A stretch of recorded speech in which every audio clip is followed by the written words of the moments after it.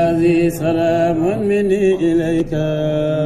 ماري والحنباري وطيب المسكار mbokki Tambacounda ak li ko wër waa jamiyatu Amaduna Cerno Amad Ndiaye jiite ko bu Cheikh Ould Khayri section bu Tambacounda ñooy amal seen gàmmu international bi ñuy amal at bu jot ñeenteelu édition ñu war ko jàpp le 31 décembre 2024 ci diwaanu Cheikh Mouhamad Samb Diaw nekk planificateur ca IEF bu Tambacounda diwaan ba nekk ginnaaw école Jean Paul II si yoonu lycée Mame Cheikh Mbaye ba programme bi war a tàmbali 19h jàpp 01 bile événement bu mag ñu si am comme invité d'honneur waa jàmm bu Guinée war a teew ci bés bi ànd ak seen délégation bu am solo kan la ñu parrainé bile événement ñu ni Cheikh Mayoro Fall Cheikh Ousmane Bitey ex parc nationaux Cheikh Ibrahima Diamé ex douanier kan mooy marraine ba ñu ni Seyda Adja Rabi Cissé GPF su bés ba mbokk yi daañu rendre un vibrant hommage à feu El Hadj Souleymane Diaw ex imprimeur war ko see delloo njukkal ñaanal ko ci bu baax a baax kan mooy conférencier ba ñu ne Cheikh Moustapha Badiane jógee ko ba diwaanu Koungheul ci wàllu zikr ba Baye Dramé dina ci ànd ak Cheikh Ablaye Ndiaye événement baa ngoog mbokk yi le 31 décembre lay doon ca diwaanu Cheikh Mouhamad Samba Diaw ginnaaw école Jean Paul II yoonu lycée Mame Cheikh Mbaye ba ñu ne programme bi 19h lay tàmbali gàmmu international bu Tambacounda ñeenteelu édition ànd seeg jamiyatu Hamaduna bu Cerno Amad Ndiaye bu Cheikh Ould Khayri